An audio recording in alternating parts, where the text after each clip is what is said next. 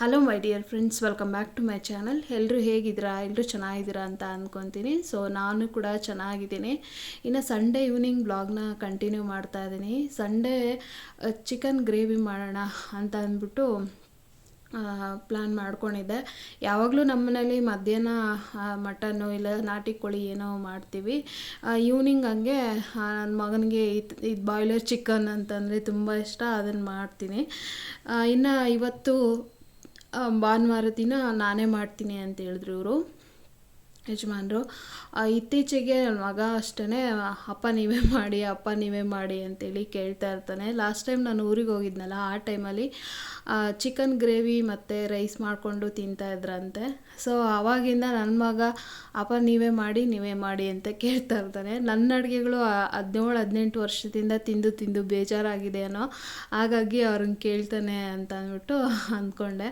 ಹಾಗೆ ನೋಡಿ, ಇವರು ಒಂದು 20 ವರ್ಷದಿಂದನೂ ಅಡುಗೆಗಳೇ ಮಾಡೋಕ್ಕೆ ಬರ್ತಿರ್ಲಿಲ್ಲ. ಒಂದು ಲೋಟ ನೀರು ಹತ್ಕೊಂಡು ಸಹ ಕುಡಿತಾ ಇರಲಿಲ್ಲ. ಇವಾಗ ಅಡುಗೆ ಎಲ್ಲ ಮಾಡೋದು ಅದೆಲ್ಲ ಮಾಡ್ತಾ ಇರ್ತಾರೆ. ವೆಜ್ ಅಡುಗೆನೂ ಮಾಡ್ತಾರೆ, ನಾನ್ ವೆಜ್ ಅಡುಗೆನೂ ಮಾಡ್ತಾರೆ. ನಾನು ಅದನ್ನೇ ಕೇಳ್ತಾ ಇದ್ದೆ, ಎಷ್ಟು ಕಳ್ರಿದ್ದೀರಲ್ಲ ನೀವು, 20 ವರ್ಷದಿಂದ ಒಂದು ಅಡುಗೆನೂ ಮಾಡ್ಕೊಡೋಕ್ಕೆ ಬರ್ತಾ ಇರಲಿಲ್ಲ ಅಂತ ಅಂದ್ಬಿಟ್ಟು. ನಿನಗೆಲ್ಲ ತೋರಿಸ್ಬಿಟ್ರೆ ಮತ್ತೆ ನನ್ನನ್ನೇ ಇಡ್ತೀಯ ಅಂತ ಅಂದ್ಬಿಟ್ಟು ನನಗೆ ಹೇಳಿರಲಿಲ್ಲ ಅಂಥೇಳಿ ಹೇಳ್ತಾಯಿದ್ರು. ನೋಡಿ ಎಷ್ಟು ಕಳ್ರಿರ್ತಾರೆ ಅವ್ರ ಹಸ್ಬೆಂಡ್ಸ್ ಅಂತ ಅಂದ್ಬಿಟ್ಟು.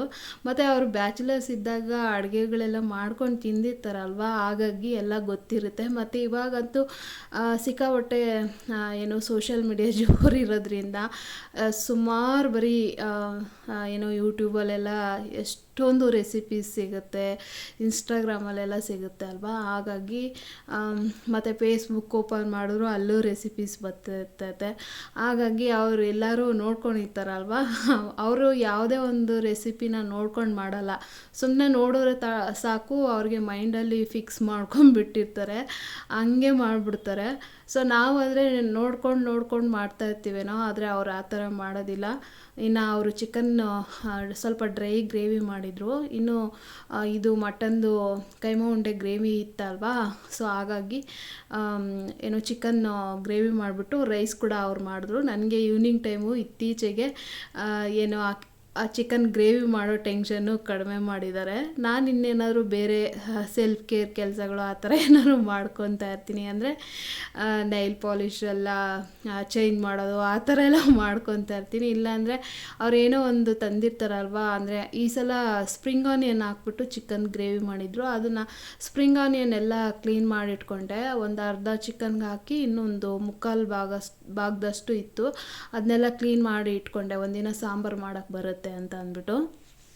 ಇನ್ನು ಚಿಕನ್ ಗ್ರೇವಿ ಮತ್ತು ರೈಸು ಅವರೇ ಮಾಡಿದ್ರಲ್ಲ, ಊಟ ಎಲ್ಲ ಮಾಡಿಕೊಂಡು ಹೋಗಿ ಬೇಗ ಮಲ್ಕೊಂಡ್ವಿ. ಇನ್ನು ಸೋಮವಾರ ದಿನ ನಾನು ಬ್ಲಾಗ್ ಕಂಟಿನ್ಯೂ ಮಾಡ್ತಾಯಿದ್ದೀನಿ. ಆಲ್ರೆಡಿ ಕ್ಲಿಪ್ಪಿಂಗ್ಸ್ ಹಿಂದೆ ಹೋಗಿದೆ. ಸೋಮವಾರ ಬೆಳಗ್ಗೆನೇ ಒಂದು 8 ಗಂಟೆಗೆ ಸ್ವಲ್ಪ ಕೆಲಸ ಎಲ್ಲ ಮುಗಿಸಿ ಆಮೇಲೆ ತಲೆಗೆ ಎಣ್ಣೆ ಹಚ್ಕೊತಾ ಇದ್ದೀನಿ ಬೆಳಗ್ಗೆನೆ. ಇನ್ನೂ ಮನೆ ಕಸ ಎಲ್ಲ ಗುಡಿಸಿರ್ಲಿಲ್ಲ. ಸೊ ಇವಾಗ ಸ್ಕಿನ್ ಎಲ್ಲ ಡ್ರೈ ಆಗ್ತಾ ಇರುತ್ತಲ್ವಾ, ಸೊ ಹಾಗೆ ಸ್ಕ್ಯಾಲ್ಪು ಕೂಡ ಅಷ್ಟೇ ತುಂಬ ಡ್ರೈ ಆಗ್ತಾ ಇರುತ್ತೆ. ಹಾಗಾಗಿ ಒಂದು ಸ್ವಲ್ಪ ನನಗಂತೂ ಬಲ್ಗಣ್ಣು ಯಾಕೋ ಸಿಕ್ಕಾಪಟ್ಟೆ ಈ ಗಾಳಿಗೂ ಏನೋ ಡ್ರೈ ಆಗಿಬಿಟ್ಟು ತುಂಬ ಪೇಯ್ನ್ ಬರ್ತಾಯಿತ್ತು. ಮತ್ತು ವಾರಕ್ಕೊಂದ್ಸಲನಾದರೂ ತಲೆಗೆ ಎಣ್ಣೆನೇ ಹಚ್ಚಲೇಬೇಕು ಇವಾಗ. ಯಾಕೆಂದರೆ ಸ್ಕ್ಯಾಲ್ಪೆಲ್ಲ ಡ್ರೈ ಆಗ್ತಾಯಿತ್ತು ಅಂತಂದರೆ ಕಣ್ಣಿನ ಮೇಲೆ ಎಫೆಕ್ಟ್ ಆಗುತ್ತೆ. ಅದೇ ರೀತಿಯಾಗಿ ಆಗಿತ್ತು ನನಗೆ. ಕಣ್ಣು ಬಿಡೋದಕ್ಕೆ ಆಗ್ತಾ ಇರಲಿಲ್ಲ, ಅಷ್ಟು ಪೇಯ್ನ್ ಆಗ್ತಾಯಿತ್ತು. ಅದಕ್ಕೆ ಬೆಳಗ್ಗೆನೇ ಕೊಬ್ಬರಿ ಎಣ್ಣೆ ನಾನು ಕಾಯಿಸ್ಕೊಂಡಿರ್ತೀನಲ್ವ, ಅದು ಮತ್ತು ಹರಳೆಣ್ಣೆ ಎರಡೂ ಮಿಕ್ಸ್ ಮಾಡಿಕೊಂಡು ಬೆಳಗ್ಗೆ ಎಲ್ಲ ಕೆಲಸ ಅಂದರೆ ಗೇಟ್ ಹತ್ರ ಕಸ ಗುಡಿಸಿ ನೀರು ಹಾಕ್ಬಂದು ಆಮೇಲೆ ತಲೆಗೆ ಎಣ್ಣೆ ಹಚ್ಕೊಂಡು ಉಳ್ದಿದ್ದ ಕೆಲಸಗಳನ್ನ ಮಾಡ್ಕೊಳ್ಳೋಷ್ಟೊತ್ತಿಗೆ ಒಂದು 12-12:30 ಆಗುತ್ತೆ. ಆಮೇಲೆ ಸ್ನಾನ ಮಾಡ್ಕೊಳ್ಳೋಣ ಅಂತ ಅಂದ್ಬಿಟ್ಟು ತಲೆಗೆ ಬೆಳಗ್ಗೆನೇ ಎಣ್ಣೆ ಹಚ್ಕೊಂಡೆ. ಬೆಳಗ್ಗೆನೇ ಎಲ್ಲ ಟಿಫನ್ನು ಅಡುಗೆ ಎಲ್ಲ ಮಾಡಿಟ್ಟಿದ್ದೆ. ಯಾಕೆಂದರೆ ಒಂದು ಸ್ವಲ್ಪ ಹೊರ್ಗಡೆ ಶಾಪಿಂಗ್ ಹೋಗೋಣ ಅಂತ ಹೇಳಿದ್ದೆ. ಸರಿ ಅಂತ ಹೇಳಿದ್ರು ಅವರು. ಇನ್ನು ಸೋಮವಾರ ದಿನ ಇದು ಗೀಝರ್ದು ಆ್ಯಕ್ಚುಲಿ ಸಂಡೇನೇ ಅರ್ಬನ್ ಕ್ಲ್ಯಾಂಪ್ ಅವ್ರು ಬಂದಿದ್ದರು. ನನ್ನ ಮಗನ ಬಾತ್ರೂಮಲ್ಲಿ ಗೀಝರ್ದು ಕಾಯಿಲ್ ಹೋಗಿತ್ತು, ಅದನ್ನು ಹಾಕ್ಸ್ಬೇಕಾಗಿತ್ತು. ಜೊತೆಗೆ ಮಗಳದು ಮಗಂದು ಎಲ್ರದ್ದು ಗೀಝರು ಅದರೊಳಗಡೆ ಎಲ್ಲ ಏನು ಮೇಂಟೆನೆನ್ಸ್ ಮಾಡಿಸಿದ್ವಿ, ಅಂದರೆ ಎಲ್ಲ ಕ್ಲೀನ್ ಮಾಡಿಸಿದ್ವಿ. ಸೊ ಅದಾದಮೇಲೆ ಇದು ಕಾಯಿಲು ನಾಳೆ ತಂದು ಹಾಕ್ತೀನಿ ಅಂತ ಹೇಳಿದ್ರು ಅವರು, ಅರ್ಬನ್ ಕ್ಲಾಂಪ್ ಅವರು. ಸೋಮವಾರ ಬಂದು ಹಾಕಿದ್ರು. ಅದೆಲ್ಲ ಮಾಡಿದ ತಕ್ಷಣ ಕೆಳಗಡೆ ಹೋಗಿ ಇವರು ಕಾರು ವಾಶು ಕೊಟ್ಟು ಬರ್ತೀನಿ ಅಂತೇಳಿ ಹೋದರು. ಹೋಗಿ ಸ್ಟಾರ್ಟ್ ಮಾಡಿದ್ರೆ ಕಾರ್ ಸ್ಟಾರ್ಟೇ ಆಗ್ತಾ ಇರಲಿಲ್ಲ. ಬ್ಯಾಟ್ರಿ ಹೋಗಿದೆ ಅಂತ ಅಂದ್ಬಿಟ್ಟು ಕರೆಸಿ ಬ್ಯಾಟ್ರಿ ಹಾಕ್ತಾಯಿದ್ರು. ಇದೇನಪ್ಪ ಇದು, ನೆನ್ನೆಯಿಂದ ಇಷ್ಟೊಂದು ಖರ್ಚು ಬರ್ತಾ ಇದೆಯಲ್ಲ ಅಂತ ಅಂದ್ಬಿಟ್ಟು ನಾನು ಶಾಪಿಂಗ್ ಹೋಗೋಣ ಅಂತ ಹೇಳಿದ್ನಲ್ವಾ, ಮತ್ತು ಇನ್ನೇನು ಹೋಗೋದು ಬಿಡು, ಇಷ್ಟೊಂದು ಖರ್ಚು ಬರ್ತಾ ಇದೆಯಲ್ಲ ಅಂತಂದ್ಬಿಟ್ಟು ಮತ್ತು ಕಾರ್ನೂ ಕೂಡ ರೆಡಿ ಮಾಡಿಸಿ ವಾಶಕ್ಕೆ ಕೊಡೋಕೆ ಹೋಗಿದ್ರಲ್ವ, 4 ಗಂಟೆ ಆದರೂ ಬರಲೇ ಇಲ್ಲ. ಸರಿ ಇನ್ನೇನು ಹೋಗೋದು ಬಿಡು, ಯಾವತ್ತಾದರೂ ಹೋದ್ರೆ ಆಯಿತು ಅಂತ ಅಂದ್ಬಿಟ್ಟು ನಾನು ಕಿಚನ್ನು ಡೀಪ್ ಕ್ಲೀನಿಂಗ್ ಮಾಡೋಣ ಅಂತೇಳಿ ಒಂದು 15 ದಿನದಿಂದ ಪ್ಲ್ಯಾನ್ ಮಾಡ್ಕೊತಾ ಇದ್ದೆ. ಆದರೆ ಆಗ್ತಾನೇ ಇರಲಿಲ್ಲ. ಸರಿ ಇವತ್ತಾದರೂ ಮಾಡ್ಕೊಂಬಿಡೋಣ. ಅಡುಗೆ ಎಲ್ಲ ಆಗೋಗ್ಬಿಡ್ತು ಅಂತಂದರೆ ಇನ್ನು ಏನು ಕೆಲಸಗಳು ಬೇಕಾದ್ರೂ ಕ್ಲೀನಿಂಗ್ ಕೆಲಸಗಳು ಮಾಡ್ಕೊಬೋದು. ಸೊ ಹಾಗಾಗಿ ಅಡುಗೆನೂ ಮಾಡಿಟ್ಟಿದ್ನಲ್ಲ, ಇನ್ನು ರಾತ್ರಿ ಒಂದು 7 ಗಂಟೆವರೆಗೂ ಆರಾಮಾಗಿ ಕ್ಲೀನ್ ಮಾಡ್ಕೊಬೋದು ಅಂತ ಅಂದ್ಬಿಟ್ಟು ನಾನು ಇದು ಕಿಚನ್ದು ಮ್ಯಾಟ್ಸ್ ಎಲ್ಲ ವಾಶ್ ಮಾಡ್ಕೊಂಬಿಡೋಣ ಫಸ್ಟು ಅಂತ ಅಂದ್ಬಿಟ್ಟು ಎಲ್ಲ ತೆಗ್ದಿದ್ದೆ ಆಚೆ ಕಡೆ. ಆವಾಗ 4 ಗಂಟೆಯಲ್ಲಿ ಬಂದುಬಿಟ್ಟು ಬಾಬಾ ಹೋಗೋಣ ಅಂತ ಹೇಳಿದ್ರು. ಸೊ ಇನ್ನೇನು ಹೋಗೋದು ಬಿಡಿ ಅಂತ ಅಂದರೆ ನಿನ್ನಿಷ್ಟ ಅಂತಂದರು. ಸರಿ ನಾನು ಯೋಚನೆ ಮಾಡಿದೆ. ಆಮೇಲೆ ಬ್ಯುಸಿಯಾಗಿ ಹೋಗ್ಬಿಟ್ರೆ ನಾನು ಕರೆದಾಗ ಇವ್ರು ಬರೋದಿಲ್ಲ ಅಂತಂದ್ಬಿಟ್ಟು ಹೋದ್ವಿ. ಆ್ಯಕ್ಚುಲಿ ಮಗಳಿಗೆ ಬ್ಲ್ಯಾಂಕೆಟ್ ಬೇಕಾಗಿತ್ತು, ಅದಕ್ಕೋಸ್ಕರ ಇವತ್ತು ಮೆಟ್ರೋಗೆ ಹೋಗೋಣ ಅಂತೇಳಿ ಹೋದ್ವಿ. ಅಲ್ಲಿ ಹೋದರೆ ಒಂದು 3000 ಸಮಥಿಂಗ್ ಏನೋ ಪರ್ಚೇಸ್ ಮಾಡಿದ್ರೆ ನಿಮಗೆ ಕ್ವಿಲ್ಟು ಮತ್ತು ಬೆಡ್ ಸ್ಪ್ರೆಡ್ಡು ಏನೇನೋ ಅಲ್ಲಿ ಆಫರ್ ಸಿಗುತ್ತೆ ಮೇಡಮ್ ಅಂತ ಎಕ್ಸ್ಪ್ಲೇನ್ ಮಾಡ್ತಾಯಿದ್ರು ಅಲ್ಲಿ. ಇದೆಲ್ಲ ನಂಗೆ ಅರ್ಥ ಆಗಲ್ಲ. ನನ್ನ ಹಸ್ಬೆಂಡ್ಗೆ ಹೇಳಿ, ಅವರು ಈ ಪ್ರೊಕ್ಯೂರ್ಮೆಂಟ್ ಹೆಡ್ ಅಲ್ವಾ, ಇದು ಮಾರ್ಕೆಟಿಂಗು, ಅದ್ರ ಮಾರ್ಕೆಟಿಂಗ್ದೆಲ್ಲ ಅವ್ರಿಗೆ ಗೊತ್ತಾಗುತ್ತೆ, ಅವ್ರಿಗೆ ಹೇಳಿ ಅಂತ ಹೇಳಿದೆ. ಅವರೆಲ್ಲ ಎಕ್ಸ್ಪ್ಲೇನ್ ಮಾಡ್ತಾಯಿದ್ರು. ಸೊ 2 ಬೆಡ್ ಸ್ಪ್ರೆಡ್ಡು, ಮಗಳಿಗೆ ಬ್ಲ್ಯಾಂಕೆಟ್ ತೊಗೊಂಡೆ ಅಷ್ಟೇ ನಾನು. ಮತ್ತು ಮಗಳು ಏನೋ ಒಂದು ಜೀನ್ಸ್ ಪ್ಯಾಂಟ್ ತುಂಬ ಇಷ್ಟ ಆಯಿತು ಅಂತ ಅಂದ್ಬಿಟ್ಟು ಟೀ ಶರ್ಟು ಪ್ಯಾಂಟ್ನ ತೊಗೊಂಡ್ಳು. ಇನ್ನು ಅವರಪ್ಪ ಎಲ್ಲಾದರೂ ಹಿಂಗೆ ಫೀಲ್ಡ್ ಮೇಲೆ ಕೆಲ್ಸಕ್ಕೆ ಹೋದಾಗ ಟೀ ಶರ್ಟ್ಸ್ ಎಲ್ಲ ಬೇಕಾಗುತ್ತೆ ಅಂತ ಅಂದ್ಬಿಟ್ಟು ಅವ್ರು ಯಾವುದೋ ಒಂದು ಬ್ರ್ಯಾಂಡದು ತಗೊಂಡ್ರು. ಸೊ ನಾನೇನು ಶಾಪಿಂಗ್ ಮಾಡಲಿಲ್ಲ. ಕೆಲವೊಂದಷ್ಟು ಕಿಚನ್ ಐಟಮ್ಸ್ ಎಲ್ಲ ನೋಡಿದೆ, ಬಟ್ ತಗೊಬರೋದು ಈಸಿ, ಬಟ್ ಮನೇಲಿ ಅಂದರೆ ಎಷ್ಟೊಂದು ಪಾತ್ರೆ ಸಾಮಾನುಗಳೆಲ್ಲ ಕ್ಲೀನ್ ಮಾಡಿ ಇಟ್ಕೊಬೇಕಾಗುತ್ತೆ, ಮತ್ತು ಅದಕ್ಕೆ ಸ್ಪೇಸ್ ಬೇಕಾಗುತ್ತೆ ಅಂತ ಅಂದ್ಬಿಟ್ಟು ನಾನು ಸುಮ್ಮನೆ ನೋಡಿ ಅಲ್ಲೇ ಇಟ್ಟು ಬಂದೆ. ಯಾವುದಾದ್ರೂ ಇಷ್ಟ ಆದರೆ ಒಂದು ಯಾವುದಾದ್ರು ತೊಗೊಬಂದ್ರೆ ಆಯಿತು ಅಂತ ಅಂದ್ಬಿಟ್ಟು ಅಂದ್ಕೊಂಡು ಹೋಗಿರ್ತೀನಿ. ಸೊ ಯಾವುದು ಇಷ್ಟ ಆಗಲಿಲ್ಲ ಅಂತಂದರೆ ಸುಮ್ಮನೆ ಬಂದುಬಿಡ್ತೀನಿ. ಇಷ್ಟ ಆಗಿದ್ರೂ ಕೂಡ ತೊಗೊಂಬರಲ್ಲ, ಯಾಕೆಂದರೆ ಸುಮ್ಮನೆ ತಂದು ಮನೇಲೆಲ್ಲ ಜಾತ್ರೆ ಹೋಗ್ಬಿಡುತ್ತೆ ಅಂತ ಅಂದ್ಬಿಟ್ಟು ಸುಮ್ಮನೆ ಆಗ್ತೀನಿ. ತುಂಬ ಇಷ್ಟ ಆಯ್ತು ಅಂದರೆ ತೊಗೊಂಬರ್ತೀನಿ. ಸೊ ಇವತ್ತೇನು ನಾನು ಕಿಚನ್ ಐಟಮ್ಸ್ ಏನೂ ತರಲಿಲ್ಲ. ಜಸ್ಟು ಒಂದು 3 ಬೆಡ್ ಸ್ಪ್ರೆಡ್ ತೊಗೊಂಡಿದ್ದೆ ಮತ್ತು ಒಂದು ಬ್ಲ್ಯಾಂಕೆಟ್ ತೊಗೊಂಡಿದ್ದೆ ಮಗಳಿಗೆ. ಸೊ ಆಮೇಲೆ ಎಲ್ಲ ತೊಗೊಂಡ್ವಿ. ಒಂದು ಸ್ವಲ್ಪ ನೋಟ್ಬುಕ್ಸ್ ಕೂಡ ಬೇಕಾಯಿತು, ಅವನ್ನೆಲ್ಲ ತೊಗೊಂಡು ಹೋಗಿ ಬಿಲ್ ಮಾಡಿಸಿದ್ವಿ. ಸೊ ಈ ಬೆಡ್ಶೀಟುಗಳನ್ನ ಒಂದು 3000 ಸಮಥಿಂಗ್ ಏನೋ ತೊಗೊಂಡ್ರೆ, ಅಂದರೆ 3,000 ರೂಪಾಯಿ ಮೇಲೆ ಏನಾದ್ರು ತೊಗೊಂಡ್ರೆ ಒಂದಷ್ಟು ಆಫರ್ಸ್ ಇರುತ್ತೆ. ಬ್ಲ್ಯಾಂಕೆಟ್ಸು ಅಂದರೆ ಕ್ವಿಲ್ಟು ಮತ್ತು ಬೆಡ್ ಸ್ಪ್ರೆಡ್ಡು ಮತ್ತು ಸೂಟ್ ಕೇಸು ಏನೇನೋ ಆಫರ್ ಇಟ್ಟಿದ್ರು ಮೆಟ್ರೋದಲ್ಲಿ. ಸೊ ನನಗೆ ಒಬ್ಬರು ಮೇಡಮು ಈ ಥರ 3000 3,500 ರೂಪಾಯಿ ಬೆಡ್ ಸ್ಪ್ರೆಡ್ನ ತೊಗೊಂಡ್ರೆ ಈ ಥರ ಕ್ವಿಲ್ಟು ಮತ್ತು ಬೆಡ್ ಸ್ಪ್ರೆಡ್ಡು, ಸೂಟ್ ಕೇಸು ಏನೇನೋ ಅಲ್ಲೆಲ್ಲ ಐಟಮ್ಸ್ ಇಟ್ಟಿದ್ರು. ಈ ಥರ ಆಫರ್ ಬರುತ್ತೆ ಮೇಡಮ್ ಅಂತ ನನಗೆ ಎಕ್ಸ್ಪ್ಲೈನ್ ಮಾಡ್ತಾಯಿದ್ರು. ಮೇಡಮ್ ನನಗೆ ಗೊತ್ತಾಗಲ್ಲ, ಇವ್ರು ಮಾರ್ಕೆಟಿಂಗಲ್ಲಿರೋದು, ಪ್ರೊಕ್ಯೂರ್ಮೆಂಟ್ ಹೆಡ್ ಇದ್ದಾರೆ, ಇವರಿಗೆ ಎಕ್ಸ್ಪ್ಲೈನ್ ಮಾಡಿ ಇದೆಲ್ಲ ಅಂತೇಳಿದೆ. ಅವರಿಗೆ ಎಕ್ಸ್ಪ್ಲೈನ್ ಮಾಡ್ತಾಯಿದ್ರು. ನಾನು ಮಗಳಿಗೆ AC ಕಂಫರ್ಟರ್ ಬ್ಲ್ಯಾಂಕೆಟ್ ತೊಗೊಂಡಿದ್ನಲ್ವ, ಸೊ ಅದು ಬಿಲ್ಲಿಂಗ್ ಹೋದಾಗ ಅದ್ರ ಮೇಲೆ ಅದೇ 3000 ಏನೋ ಸಮಥಿಂಗ್ ಏನೋ ತೊಗೊಂಡ್ರೆ ಅದ್ರ ಮೇಲೆ 1,500 ರೂಪಾಯಿ ಕೊಡಬೇಕಾಗುತ್ತೆ ಇದನ್ನು ತೊಗೊಂಡ್ರೆ ಅಂಥೇಳಿ ಹೇಳ್ತಾಯಿದ್ರು. ಹೌದಾ ಅಂತ ಅಂದ್ಬಿಟ್ಟು ನಾನು ತೊಗೊಂಡಿದ್ನಲ್ಲ ಬ್ಲ್ಯಾಂಕೆಟು, ಅದನ್ನು ವಾಪಸ್ ಕೊಟ್ಬಿಟ್ಟು ಕ್ವಿಲ್ಟ್ಗೆ ಒಂದು 300 ರೂಪೀಸ್ ಆಗೋ ಥರ. ಇದೆಲ್ಲ ಮಾರ್ಕೆಟಿಂಗ್ ಮಾಡೋರಿಗೆ ಗೊತ್ತಿರುತ್ತೆ ಟೆಕ್ನಿಕ್ಸ್, ನಮಗೆ ಗೊತ್ತಾಗಲ್ಲ. ನಾವಾದರೆ ಒಂದು ತಗೊಳಕ್ಕೆ ಹೋಗಿ ಇನ್ನೊಂದಕ್ಕೆ ದುಡ್ಡು ಇಡ್ತೀವಿ. ಆದರೆ ಇವರು ಯೋಚನೆ ಮಾಡಿಬಿಟ್ಟು ಬರೀ 300 ರುಪೀಸ್ ಆಗೋ ಥರ ಏನೋ ಕ್ವಿಲ್ಟ್ ತೊಗೊಂಡ್ರು. ಸೊ ನಾನಾಗಿದ್ದರೆ ಆ ಬ್ಲ್ಯಾಂಕೆಟ್ ತೊಗೊಂಡು ಮತ್ತೆ ಬ್ಲ್ಯಾಂಕೆಟ್ ಮೇಲೆ ಅದೇನು ಆಫರ್ ಕೊಡ್ತಾಯಿದ್ರಲ್ಲ ಅದಕ್ಕೂ ದುಡ್ಡು ಕೊಡ್ತಾಯಿದ್ದೆ. ಆದರೆ ಇವರು ಟೆಕ್ನಿಕ್ ಅಂದರೆ ಇವ್ರಿಗೆ ಮಾರ್ಕೆಟಿಂಗ್ದೆಲ್ಲ ಗೊತ್ತಲ್ವಾ. ಸೊ ಇವರು ಕಡಿಮೆ ಬಜೆಟಲ್ಲಿ ತೊಗೊಂಡ್ರು. ನಾನು ತೊಗೊಂಡಿರೋ ಬ್ಲ್ಯಾಂಕೆಟ್ ವಾಪಸ್ ಕೊಟ್ಟು ಕ್ವಿಲ್ಟ್ ತೊಗೊಂಬಿಟ್ಟಿದ್ದಾರೆ. ಸರಿ ಇನ್ನೇನು ಮಾಡೋದು ಅಂತ ಅಂದ್ಬಿಟ್ಟು ನಾನೇನೋ ನೋಡ್ತಾ ಇದ್ದೆ, ಅಷ್ಟೊತ್ತಿಗೆ ಇದೆಲ್ಲ ಆಗೋಗ್ಬಿಟ್ಟಿತ್ತು. ಸರಿ ಅಂತ ಅಂದ್ಬಿಟ್ಟು ಒಂದು 4 ಗಂಟೆಗೆ ಹೋಗಿದ್ದು, ಒಂದು 6 ಹಂಗೆ ಮನೆಗೆ ಬಂದುಬಿಟ್ವಿ. ನಾನು ಹಿಂಗೆಲ್ಲ ಕಿಚನ್ ಬೇರೆ ಹರಡ್ಕೊಂಡು ಕೂತಿದ್ನಲ್ಲ, ಬನ್ನಿ ಹೋಗೋಣ ಅಂತ ಅಂದ್ಬಿಟ್ಟು ಕರ್ಕೊಂಡು ಬಂದುಬಿಟ್ಟು ಇದು ಏನು ಲಾಫ್ಟೆಲ್ಲ ಒಂದು ವಾರದ ಹಿಂದೆನೇ ಎಲ್ಲ ಕ್ಲೀನ್ ಮಾಡ್ಕೊಂಡಿದ್ದೆ. ಏನೋ ಸುಮ್ಮನೆ ಹಾಗೆ ಕೂತಿದ್ದೆ, ಯಾಕೋ ಬೇಜಾರಾಗ್ತಾಯಿತ್ತು. ಸರಿ ಕಿಚನ್ ಆದರೂ ಕ್ಲೀನ್ ಮಾಡ್ಕೊಂಬಿಡೋಣ ಅಂತ ಅಂದ್ಬಿಟ್ಟು ಲಾಫ್ಟೆಲ್ಲ ನಾನು ಲಾಸ್ಟ್ ವೀಕೆ ಕ್ಲೀನ್ ಮಾಡ್ಕೊಂಡಿದ್ದೆ. ಅದ್ರೊಳಗಡೆ ಎಲ್ಲ ಪರೆ ಕಟ್ಟುತ್ತೆ ಅಂತ ಅಂದ್ಬಿಟ್ಟು ಭಯ ಅಷ್ಟೇ. ಮನೇಲಿ ಪರೆ ಕಟ್ಟಬಾರ್ದಲ್ವಾ. ಹಾಗಾಗಿ ನಾನು ಅಟ್ಲೀಸ್ಟ್ ಒಂದು 2 ತಿಂಗಳಿಗಾದ್ರೂ ಕಿಚನ್ ಡೀಪ್ ಕ್ಲೀನಿಂಗ್ ಮಾಡ್ಕೊತೀನಿ. ಈಗ ಯೂಟ್ಯೂಬ್ ಮಾಡೋದ್ರಿಂದ ನನಗೆ ಒಂದೊಂದು ದಿನ ಎಡಿಟಿಂಗ್ ವಾಯ್ಸ್ ಓವರ್ ಅಂತ ಅಂದ್ಬಿಟ್ಟು ದಿನಗಳೇ ಮುಂದೋಗ್ತಾ ಇರುತ್ತೆ. ಆಲ್ಮೋಸ್ಟು ವರಮಹಾಲಕ್ಷ್ಮಿ ಹಬ್ಬ ಆಗಿ ಎಷ್ಟು ಆಗಸ್ಟ್, ಸೆಪ್ಟೆಂಬರ್, ಅಕ್ಟೋಬರ್, ನವಂಬರ್, 4 ತಿಂಗಳೇನೋ 2 ತಿಂಗಳೇನೋ ಡಿಲೇ ಆಗೋಗ್ಬಿಟ್ಟಿದೆ. ಅದಕ್ಕೋಸ್ಕರ ಒಳಗಡೆ ಎಲ್ಲ ಪರಗಿರೆ ಕಟ್ಟಿರುತ್ತೆ ಅಂತಂದ್ಬಿಟ್ಟು ಕ್ಲೀನ್ ಮಾಡಲೇಬೇಕು. ಏನೋ ಸಂಕ್ರಾಂತಿ ಹಬ್ಬದಷ್ಟೊತ್ತಿಗೆ ಮನೆ ನೀಟಾಗಿರುತ್ತೆ ಅಂತ ಅಂದ್ಬಿಟ್ಟು ನನಗೆ ಯಾವಾಗ ಟೈಮ್ ಆಗುತ್ತೋ ಅವಾಗೆಲ್ಲ ಒಂದೊಂದು ರೂಮ್ ಇಟ್ಕೊಂಡು 2 ದಿನ ಆಗಲಿ 3 ದಿನ ಆಗಲಿ ಕ್ಲೀನ್ ಮಾಡ್ಕೊತಾನೆ ಇರ್ತೀನಿ.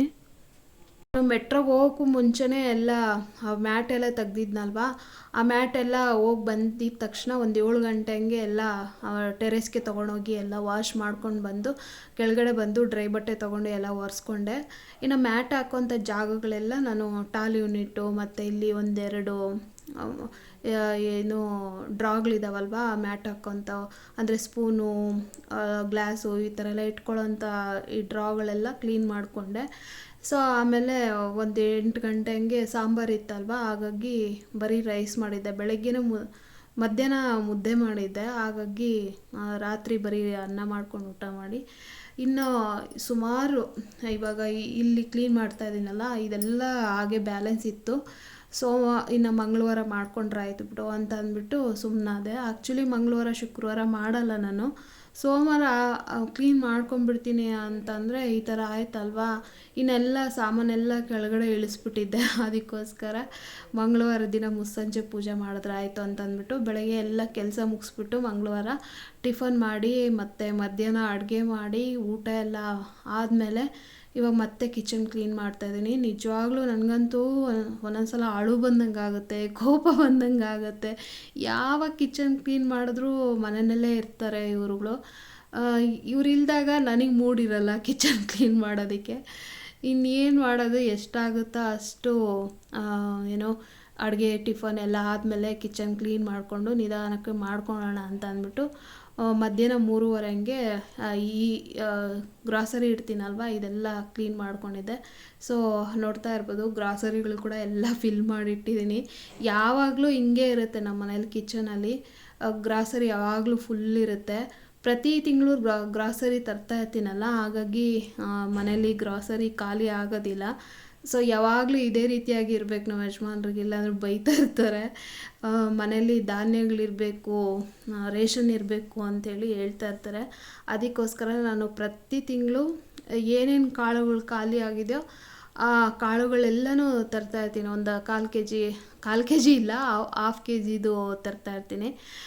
ಫುಲ್ ಖಾಲಿ ಆಗಿತ್ತಂದರೆ 1 ಕೆ ಜಿ ತಂದಿಟ್ಕೊಂಡಿರ್ತೀನಿ. ಒಟ್ಟಿನಲ್ಲಿ ಕಿಚನಲ್ಲಿ ಬಾಕ್ಸ್ಗಳಲ್ಲಿ ಯಾವಾಗಲೂ ರೇಷನ್ ತುಂಬಿರಬೇಕು ಇವ್ರಿಗೆ.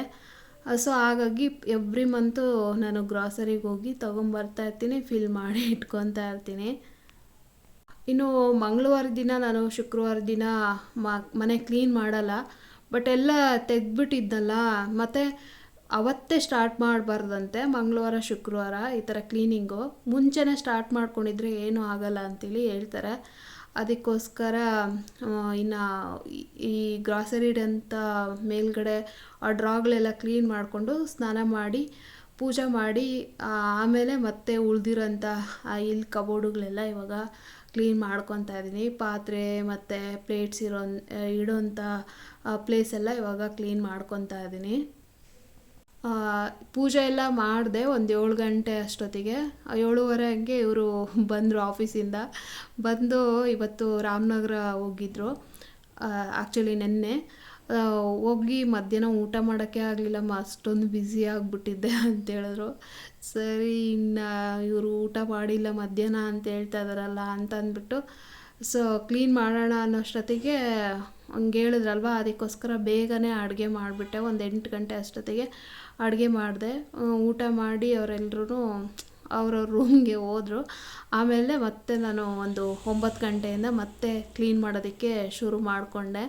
ಸೊ ಇನ್ನು ಇಲ್ಲಿ ಏನು ಬ್ಯಾಲೆನ್ಸ್ ಇತ್ತೋ ಅವು ಕಬೋರ್ಡುಗಳೆಲ್ಲ ಇವಾಗ ಎಲ್ಲ ಒರೆಸಿ ಒಳಗಡೆ ರೈಸ್ ಬಾಕ್ಸು ಅದೆಲ್ಲ ಇಟ್ಟು, ಅದಾದಮೇಲೆ ಇವಾಗ ಹೊರಗಡೆ ಲ್ಯಾಮಿನೇಟ್ ಶೀಟ್ಗೆಲ್ಲ ಒಂದು ಸ್ವಲ್ಪ ವಿಮ್ ಜೆಲ್ ಹಾಕ್ಬಿಟ್ಟು ಸಾಫ್ಟ್ ಸ್ಕ್ರಾಚ್ ಬ್ರಷ್ನ ತೊಗೊಂಡು ನೀಟಾಗಿ ಎಲ್ಲ ಉಜ್ಕೊತಾ ಇದ್ದೀನಿ. ಆಗಲೇ ಒಂದು 15 ದಿನ ಆಗಿತ್ತೇನೋ ಇದು ಲ್ಯಾಮಿನೇಟ್ಸ್ ಎಲ್ಲ ಒರೆಸೇ ಇರಲಿಲ್ಲ ನಾನು. ಒಂದೇ ಸಲ ಡೀಪ್ ಕ್ಲೀನಿಂಗ್ ಮಾಡ್ಕೊಂಡಾಗ ಒರೆಸ್ಕೊಂಡ್ರೆ ಆಯಿತು ಅಂತ ಅಂದ್ಬಿಟ್ಟು ಡಿಲೇ ಆಗ್ತಾನೇ ಇತ್ತು. ಸೊ ಹಾಗಾಗಿ ಸ್ಕ್ರಾಚ್ ಬ್ರಷ್ನ ಸಾಫ್ಟಾಗಿರುತ್ತಲ್ವ ಅದನ್ನು ತೊಗೊಂಡು ಸ್ವಲ್ಪ ವಿಮ್ ಜೆಲ್ ಹಾಕ್ಬಿಟ್ಟು ಉಜ್ಜಿ ಒರೆಸ್ಕೊತಾ ಇದ್ದೀನಿ. ಮನೆಯಲ್ಲಿ ಅಡುಗೆ ಮನೆ ಮತ್ತು ಬಾತ್ರೂಮ್ನ ತುಂಬ ನೀಟಾಗಿ ಇಟ್ಕೊಂಡಿರಬೇಕು. ಅದರಲ್ಲೂ ದೇವ್ರ ಮನೆ ಹೇಗೋ ಅಡುಗೆ ಮನೆ ಕೂಡ ಹಾಗೆ ಅಲ್ವಾ. ಇಲ್ಲಿ ಸಾಕ್ಷಾತ್ ಅನ್ನಪೂರ್ಣೇಶ್ವರಿ ಅಮ್ಮನವ್ರು ನೆಲೆಸಿರ್ತಾರೆ, ಹಾಗೆ ಅಗ್ನಿದೇವರು ನೆಲೆಸಿರ್ತಾರೆ. ಹಾಗಾಗಿ ಅಡುಗೆ ಮನೆನ ಅಟ್ಲೀಸ್ಟ್ ಒಂದು 2 ತಿಂಗಳಿಗೆ ಒಂದ್ಸಲನಾದರೂ ಕ್ಲೀನ್ ಮಾಡ್ತಾಯಿದ್ರೆ ನಮಗೆ ಹಬ್ಬಗಳ ಟೈಮಲ್ಲಿ ತುಂಬ ಕಷ್ಟ ಅಂತ ಅನಿಸಲ್ಲ. ಸೊ ಹಬ್ಬಗಳು ಬಂತು ಅಂತಂದರೆ ತುಂಬ ಗಲೀಜಿರುತ್ತೆ, ನೋಡೋಕ್ಕಾಗಲ್ಲ. ಮತ್ತು ಅಷ್ಟೊಂದು ಗಲೀಜು ಕೂಡ ಮಾಡ್ಕೊಬಾರ್ದು ಅಡುಗೆ ಮನೆ. ಸೊ ದೇವ್ರ ಮನೆಗೆ ಎಷ್ಟು ಪ್ರಾಮುಖ್ಯತೆ ಕೊಡ್ತೀವೋ ಅಷ್ಟು ಪ್ರಾಮುಖ್ಯತೆ ಅಡುಗೆ ಮನೆಗೂ ಸಹ ನಾವು ಕೊಡಲೇಬೇಕು. ಮತ್ತು ಆದಷ್ಟು ಕ್ಲೀನಾಗಿದ್ದರೆ ಮನೆಯವ್ರ ಹೆಲ್ತ್ ಕೂಡ ತುಂಬ ಚೆನ್ನಾಗಿರುತ್ತಲ್ವ. ಹಾಗಾಗಿ ಅಟ್ಲೀಸ್ಟ್ 2 ಮಂತ್ಸ್ಗೆ ಒಂದ್ಸಲನಾದರೂ ಕಿಚನ್ನ ಕ್ಲೀನ್ ಮಾಡ್ಕೊತಾ ಇರಬೇಕು. ಸೊ ನಾನು ವ್ಲಾಗ್ಸ್ ಮಾಡೋದ್ರಿಂದ ನನಗೆ ಸ್ವಲ್ಪ ಸಾಧ್ಯ ಆಗ್ತಾಯಿಲ್ಲ. ನಾನೇನು ಮಾಡ್ತೀನಿ ಗೊತ್ತಾ, ಮೊದಲೆಲ್ಲ ನಾನು ಯೂಟ್ಯೂಬ್ ಮಾಡೋದಕ್ಕೂ ಮುಂಚೆ ನೈಟು ಅಡುಗೆ ಮಾಡ್ತೀನಲ್ಲ, ಸೊ ಇವಾಗ ವೈಟ್ ಕಲರ್ ಇದನ್ನು ಒರೆಸ್ತಾ ಇದ್ದೀನಲ್ಲ, ಈ 3 ಡ್ರಾಗಳನ್ನ ನಾನು ಒಂದೊಂದು ದಿನ ಕ್ಲೀನ್ ಮಾಡ್ಕೊಂಬಂದ್ಬಿಡ್ತೀನಿ. ಅಂದರೆ ದಿನ ಒಂದೊಂದು 3 ಡ್ರಾಗಳನ್ನ ಕ್ಲೀನ್ ಮಾಡಿಕೊಂಡ್ರೆ ನನಗೆ ಡೀಪ್ ಕ್ಲೀನ್ ಮಾಡೋ ನೆಸೆಸಿಟಿನೇ ಇರಲ್ಲ. ಸೊ ಇವಾಗ ವೀಡಿಯೋ ಮಾಡೋದ್ರಿಂದ ನಾನು ಈ ಥರ ಒಟ್ಟಿಗೆ ಕ್ಲೀನ್ ಮಾಡ್ಕೊತೀನಿ. ಇಲ್ಲಾಂದರೆ ನಾನು ಪ್ರತಿದಿನ 3 ಡ್ರಾಗಳ ಒರೆಸ್ಕೊಂಡ್ಬಿಡ್ತೀನಿ. ಇವತ್ತು ಈ ಕಡೆ ಇವತ್ತು ಈ ಕಡೆ ಅಂತ ಅಂದ್ಬಿಟ್ಟು ಮಾಡ್ಕೊಂಡು ಹೋಗ್ಬಿಡ್ತೀನಿ. ಸೊ ಆವಾಗ ನನಗೆ ಕ್ಲೀನ್ ಮಾಡಿದೆ ಅಂತ ಅಂದ್ಬಿಟ್ಟು ನನಗೆ ಅನಿಸೋದೇ ಇಲ್ಲ. ದಿನ ಒಂದೊಂದು ಮಾಡ್ಕೊಂಡ್ರೆ ಏನು ಅನಿಸುತ್ತೆ ಅಲ್ವಾ. ಸೊ ಈ ಥರ ಫುಲ್ ಒಂದೇ ಸಲ ಎಲ್ಲ ಸಾಮಾನು ಹೊರಗಡೆ ಹಾಕಿ ಕ್ಲೀನ್ ಮಾಡ್ತಾಯಿದ್ದೀವಿ ಅಂದರೆ ಯಾವುದೋ ಹಬ್ಬಕ್ಕೆ ಕ್ಲೀನ್ ಮಾಡ್ತಾಯಿದ್ದೀವಿ ಏನೋ ಅಂತ ಅನಿಸುತ್ತೆ. ಹಾಗಾಗಿ ನಾನು ಯೂಟ್ಯೂಬ್ ಇಲ್ಲದೆ ಇರುವಾಗ ಸೊ ಈ ಥರ ದಿನ ಒಂದೊಂದು ಪಾಟು ಅಂತ ತಗೊಂಡು 3 ಡ್ರಾಗಳ ಕ್ಲೀನ್ ಮಾಡ್ಕೊಂಡು ಹೋಗ್ತಾಯಿದ್ದೆ. ಆವಾಗ ನನಗೆ ಮಾಡಿದೆ ಅಂತ ಕೂಡ ಅನಿಸಲ್ಲ. ಹಾಗಾಗಿ ಸೊ ಈ ಥರ ಮಾಡ್ತಾಯಿದ್ದೆ ನಾನು. ಇನ್ನು ಇವಾಗ ಎಲ್ಲ ಕ್ಲೀನ್ ಮಾಡಿದ್ದಾಯಿತು ಫ್ರೆಂಡ್ಸ್. ನೆಕ್ಸ್ಟು ಕಸ ಎಲ್ಲ ಗುಡಿಸ್ಬಿಟ್ಟು ಹಾಗೆ ಮಾಪ್ ಮಾಡ್ಕೊತಾ ಇದ್ದೀನಿ. ಸೊ ಎಲ್ಲ ಐಟಮು ಕೆಳಗಡೆನೇ ಇರುತ್ತಲ್ಲ ಒರೆಸುವಾಗ, ಹಾಗಾಗಿ ಫ್ಲೋರ್ ಕೂಡ ಗಲೀಜಾಗೋಗಿರುತ್ತೆ. ಅದಕ್ಕೋಸ್ಕರ 1-2 ಸಲ ಮಾಪ್ ಮಾಡ್ಕೊತಾ ಇದ್ದೀನಿ. ಸೊ ಇದಾಗಿತ್ತು ಫ್ರೆಂಡ್ಸ್ ಇವತ್ತಿನ ಬ್ಲಾಗ್. ನಿಮ್ಗೆ ಏನಾದರೂ ಸ್ವಲ್ಪನಾದರೂ ಇಷ್ಟ ಆಗಿದ್ರೆ please like, share, comment and subscribe to my channel. Thank you for watching my video. Next ಹೊಸ ಬ್ಲಾಗಲ್ಲಿ ಸಿಗ್ತೀನಿ. ಕಿಚನ್ ಡೀಪ್ ಕ್ಲೀನಿಂಗ್ ವಿಡಿಯೋ ನಿಮ್ಮೆಲ್ಲರಿಗೂ ಇಷ್ಟ ಆಗಿದೆ ಅಂತ ಅಂದ್ಕೊತೀನಿ. ಇಷ್ಟ ಆಗಿದ್ರೆ ಪ್ಲೀಸ್ ಮರೀದೆ ಲೈಕ್ ಮಾಡಿ. ಇನ್ನೊಂದು ಹೊಸ ಬ್ಲಾಗಲ್ಲಿ ಸಿಗೋಣ. ಅಲ್ಲಿವರೆಗೂ ಬಾಯ್.